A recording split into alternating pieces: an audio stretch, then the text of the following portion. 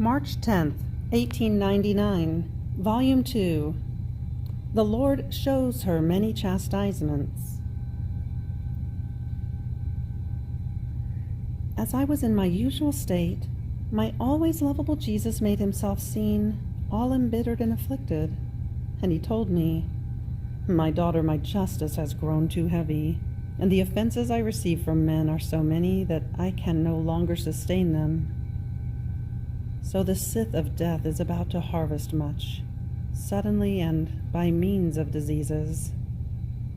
The chastisements I will pour upon the world are so many that they will be a sort of judgment. Who can say the so many chastisements he showed me, and how terrified and frightened I was left? The pain that my soul feels is so great that I believe it is better to keep silent.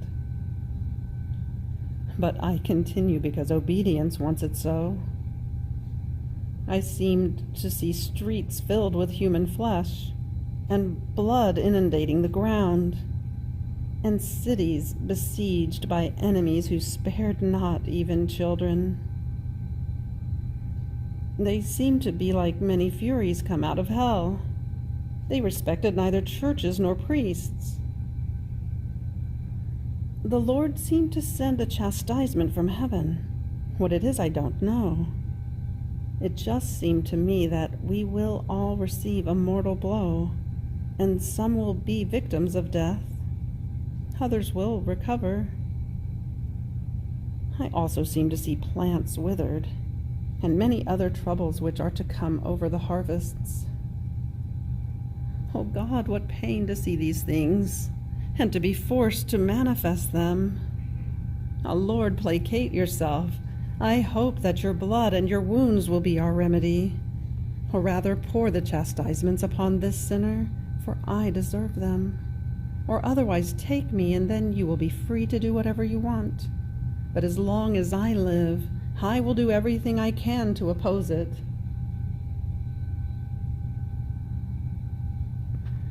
March 10th, 1900, Volume 3, Effects of Suffering and of Obedience. This morning, having received Holy Communion, I saw my dear Jesus as a child with a lance in his hand, in the act of wanting to pierce my heart through. And since I had said something to the confessor, wanting to reproach me, Jesus told me, "You want to shun suffering, and I want you to begin a new life of sufferings and of obedience." And while saying this, he pierced my heart through with the lance, and then he added, "Just as the fire burns according to the wood that is placed in it, thus being more active in burning and consuming the objects that are thrown into it, and the greater the fire, the greater the heat and the light it contains. The same with suffering and obedience. The greater they are, the more the soul becomes capable of destroying what is material, and obedience gives her the shape it wants, like soft wax." March 10th, 1902, Volume 4, The Pain of Love is More Terrible Than Hell. As I was in my usual state, I felt myself outside of myself, going in search of my adorable Jesus. But I could not find him. I would repeat my searches, my crying, but it was all in vain. Not knowing what else to do, my poor heart agonized and absorbed a pain so sharp that I am unable to explain it. I can only say that I do not know how I was left alive. While I was in this painful situation, though always searching for him, unable to abstain for one moment from making new searches, finally I found him and said to him, "How can you make yourself so cruel with me, Lord? Look a little bit yourself, whether these are pains which I can tolerate." And completely exhausted, I abandoned myself into his arms. All compassion for me, and looking at me, Jesus told me, My beloved daughter, you are right. Calm yourself, for I am with you, and I will not leave you. Poor daughter, how you suffer. The pain of love is more terrible than hell. What is it that tyrannizes one the most? Hell, or an opposed love, a hated love? What can tyrannize a soul more than hell? A loved love. If you knew how much I suffer in seeing you tyrannized by this love because of me, so as not to make me suffer so much, you should be more calm when I deprive you of my presence. Imagine yourself, if I suffer so much in seeing one suffer who does not love me and offends me, how much more do I suffer in seeing one who loves me suffer? On hearing this, moved, I said, Lord, tell me at least whether you want me to try to go out of this state without waiting for the confessor when you do not come? And he added, No, I do not want you to go out of this state before the confessor comes. Leave every fear. I place myself in your interior, holding your hands in mine, and at the contact of my hands, you will know that I am with you. So when the yearning for him comes to me, I feel my hands being clasped by those of Jesus, and in feeling that divine contact, I calm down, and I say, it is true, he is with me. Other times, as the desire to see him comes more strongly, I feel my hands being clasped more tightly by his, and he says to me, Luisa, my daughter, I am here. I am here. Do not look for me elsewhere. And so it seems that I am more calm.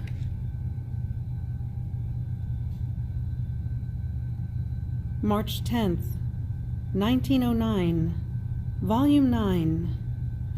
The Father forms one single thing with Jesus. Jesus gives himself continuously to souls.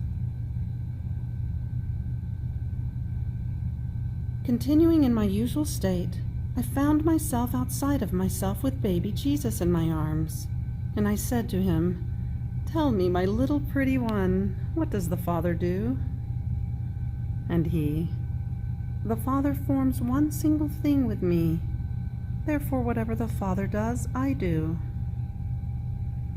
And I added, And with the saints, what do you do? And he, I give myself continuously, so I am their life, joy, happiness, immense good, without end and without boundaries. They are filled with me. They find everything in me. I am everything for them, and they are all for me. On hearing this, I wanted to get huffy, and I said to him, To the saints you give yourself continuously, but to me, then, so meagerly, so stingily, and at intervals, to the point of having me spend part of the day without coming? And sometimes you hold off so much that the fear comes to me that you may not even come until evening. So I live dying, but of the most cruel and ruthless death. Yet you told me that you loved me very much. And he, My daughter, to you also I give myself continuously, now personally, now by grace, now through light, and in many other ways. And then who can deny that I love you very, very much? Now at that moment a thought came to me of asking whether my state was will of God, for that was more necessary than what I was saying to him. So I told him, and he, instead of answering me, drew near my mouth and placed his tongue in my mouth, and I was no longer able to speak. I could just suckle something, but I can't tell what it was. And as he withdrew it, I could only say, Lord, come back soon. Who knows when you are coming back? And he answered, This evening I will come back again." And he disappeared.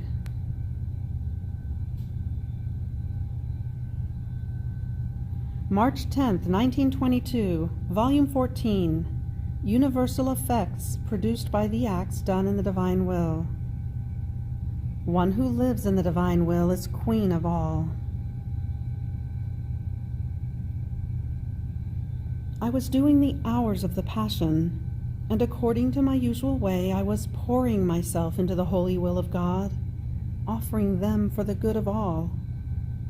But my will, as though wanting to appropriate them, very often would say, "My Jesus, in a special way for help, relief, and liberation of this soul." And my sweet Jesus, reprimanding me, told me, "My daughter, everything that one does in my will is like sun that diffuses to all, and as one prays in my will, offering my blood, my pains, my wounds, these convert into as many rays of light which diffuse to all.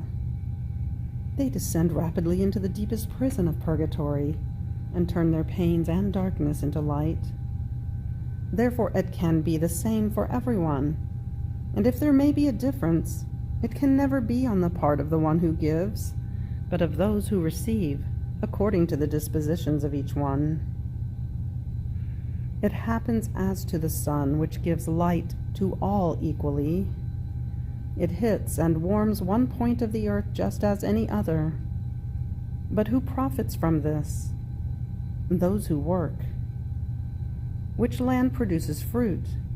That in which seeds have been sowed.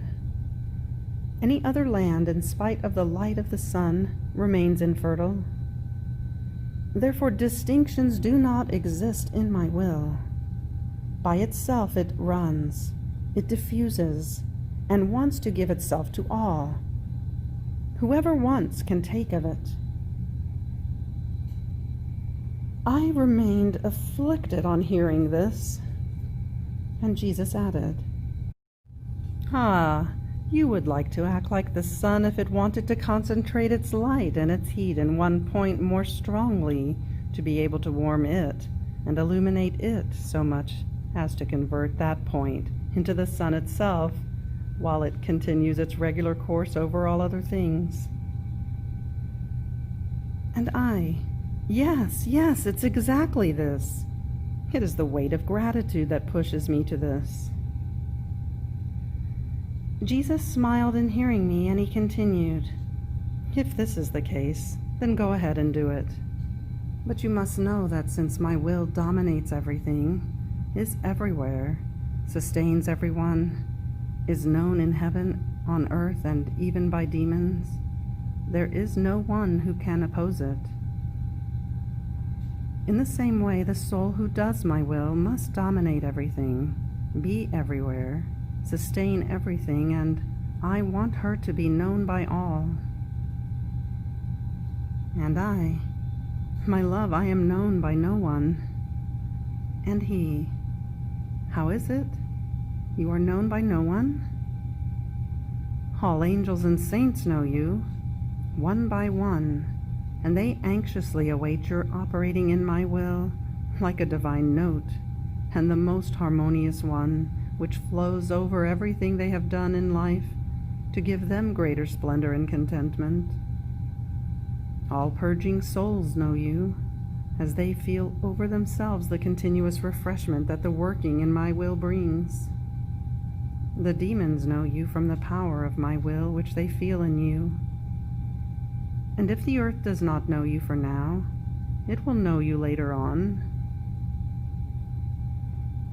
It happens to one who does my will, and I act with her just as I did with my celestial mamma. I constituted her queen of all, and I commanded all to recognize her and honor her as their queen. And I commanded her to crush with her foot the head of the infernal dragon. So I do with those who live in my will. Everything is under their dominion, and there is no good which does not come from them.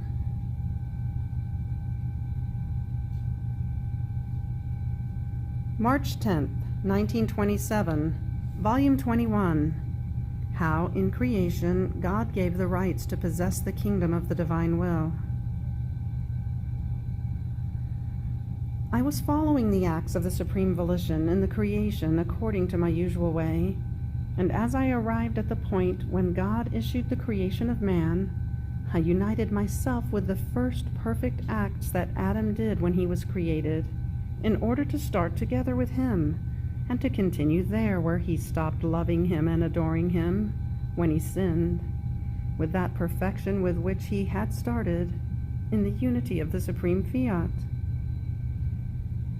But while I was doing this, I thought to myself, but do we have the right to this kingdom of the divine will? And my sweet Jesus, moving in my interior, told me, my daughter, you must know that, before sinning, Adam did his acts in the divine Fiat. This meant that the Trinity had given him possession of this kingdom, because in order to possess a kingdom, it takes one who forms it, one who gives it, and one who receives it. The divinity formed it and gave it. Man received it. So in his first period of creation, Adam possessed this kingdom of the supreme Fiat, and since he was the head of all human generations, all creatures received the right to this possession. By withdrawing from our will, Adam lost the possession of this kingdom, because by doing his own will, he placed himself as though in a state of war against the eternal Fiat. And poor one, not having enough strength to fight, nor an army well equipped to be able to wage war on a will so holy, that possessed an invincible strength and a formidable army, he was defeated and lost the kingdom he had been given by us. More so, since the strength he possessed before was our own, as we had given him also our own army at his disposal.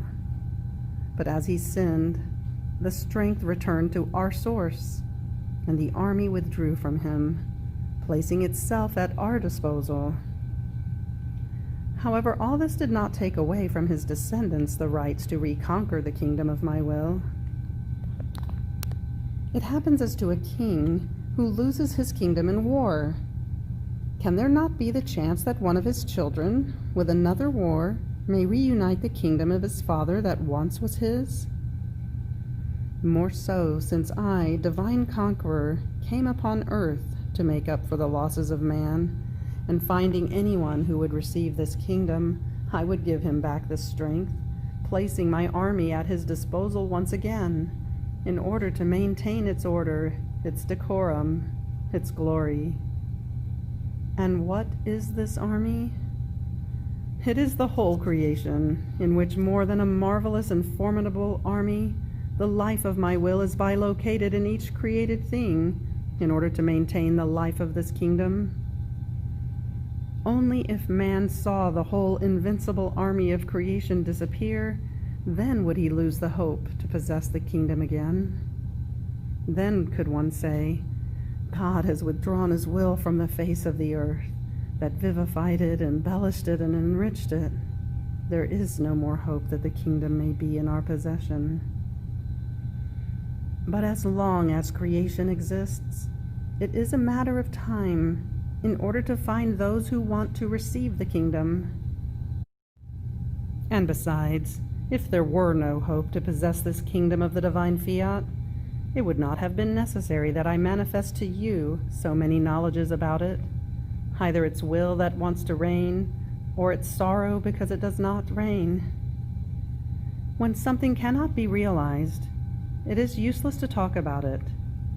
Therefore, I would have had no interest in saying so many things that regard my divine will. So, my mere speaking about it is sign that I want it to be possessed once again. March 10th, 1935, Volume 33. Everything that one does in the divine will does not remain down on earth, but departs for heaven in order to take its royal place in the celestial fatherland. I am always returning into the interminable sea of the divine will in order to take its little drops that nourish, conserve and make grow the life of the divine will that I feel in me. In fact, every truth that regards it is a dinner that Jesus gives me, all celestial and divine, in order to nourish me and the supreme Fiat. Every truth is a shower from heaven that descends on me, and surrounding me it waits until I finish my acts in order to carry them into the celestial fatherland. Now, while I was lost in its divine light, my beloved good Jesus, repeating his brief little visit, told me, "My blessed daughter, heaven is always open for one who lives in my will. It lowers itself and does together with the creature what she does. Together it loves, works, prays, suffers, adores, repairs. And it is so much loves that these acts done together with it, that it does not leave them down on earth, but it carries them into the celestial sojourn in order to make them take their royal place as conquests made down in the world that belong to it and to its beloved creature. What is done in my volition belongs to heaven. The earth is not worthy of possessing it. And oh, the security, the happiness that the creature acquires, thinking that her acts are in the power of the divine Fiat, and they find themselves in heaven as her property, not human but divine, that await her because they want to court her and form her throne of glory. So much is its love, its jealousy, the identification that it feels with these acts done in its volition, that it does not even leave them in the creature, but it holds them with itself as births of its life and births of the creature, in order to be able to enjoy them and to feel the pleasure of being loved, and as an advance that it must give her of glory in the celestial fatherland. These acts done in my volition act as narrators of the story of love that passes between the Creator and the creature, and there is no greater enjoyment than to hear narrated how much I have loved, how my love arrives at the excess, even to abasing myself to want to do together what the creature does. Not only this, but it narrates to me her love, that she has received my act in hers. Therefore, a reciprocal love forms between the one and the other that makes each other happy. Oh, how beautiful it is to see that while she is still passing through the exile, her acts are in heaven as my conquest that I have made in the human will, and each one taking its office. Some love me as I know how to love, some adore me with divine adorations, and some form for me celestial music in order to extol me, praise me, and thank me for the great portent of the operation of my will. Therefore be attentive, and do not let anything escape you in which you do not call mine, so that what you do remains animated by my divine will. So I continued to think about the supreme Fiat, and thousands of thoughts crowded in my mind, and my lovable Jesus added, "My daughter, the creature was created by us, all in order to us. Therefore it is her sacrosanct duty that in every act that she does, to call he who has created her, in order to give him the dominion and royal palace in her act, that by right belongs to him, and so that the act of the creature would receive the honor that in her act she possesses a strength, a light, a divine act. It is our will that she must be completely filled with the divine being, and if she does not do this, she denies to us one of our rights. She places us outside of her acts, and her acts remain human acts, emptied of divine strength and light, with a darkness so dense that her intelligence sees so many black shadows, that gropingly she makes some step, just suffering for who can turn on the light and does not turn it on, for who can call the strength and does not call it, and who, while she makes use of the act and of the conservative and acting work of God, she places it outside of her act. Now, it is our decree that no one enters into heaven if her soul is not filled even to the brim, completely with our will and with our love. A little void of this is enough that heaven does not open for her. This is the reason for the necessity of purgatory, in order to empty herself by way of sufferings and fire of everything that is human, and filling herself by ways of anxieties, of longings, of martyrdoms, of pure love, and of divine will, in order to be able to enter into the celestial fatherland, and without acquiring with so many sufferings either merit or greater glory, but only for the conditions that are needed in order to be admitted to the celestial sojourn. On the other hand, if they would have done it on earth, by calling our life in their acts, every act would be one greater glory, one additional beauty, sealed by the works of her Creator. Oh, with how much love are these souls received, who in their acts have given a place to the divine act. In meeting with us, we recognize ourselves in her, and she recognizes herself in us. And recognizing each other, such and so much is the happiness of both, that the whole of heaven remains surprised in seeing the joys, the glory, the beatitudes that the Supreme Being pours over this fortunate creature. Therefore, I want you always in my will and in my love, so that love burns what does not belong to me, and my will, with its paintbrush of light, forms our act in your act.